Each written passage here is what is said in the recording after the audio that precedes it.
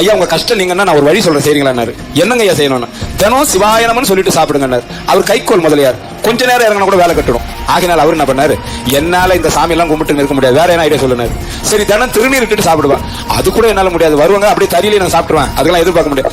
திருநீர் இட்டவங்களை பார்த்துட்டாவது சாப்பிடுறியா, இது கொஞ்சம் எளிமையா இருக்குது, இது ஒன்னா ஒத்துக்கிறேன்ட்டாரு அவர்.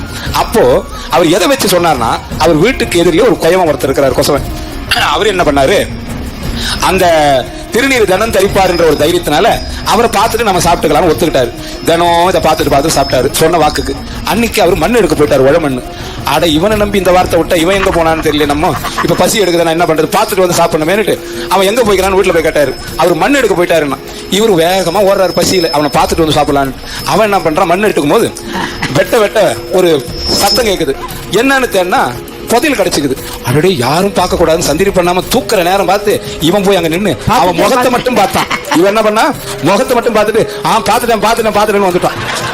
இவன் எதை பார்த்தான்னு சொல்லல. வந்தாரு இவரு, சாப்பாடு நல்லா உட்காந்து சாப்பிட்டு உட்காந்துட்டார் தறியில எப்போதும் போல.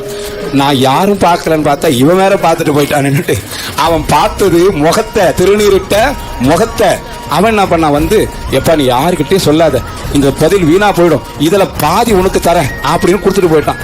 முகத்தை, திருநீரிட்ட முகத்தை பார்த்ததுக்கே பாதி கிடைச்சா நீங்க இட்டா எவ்வளவு கிடைக்கும்னு யோசிச்சுக்கோங்க. சிவாய சிவாய்.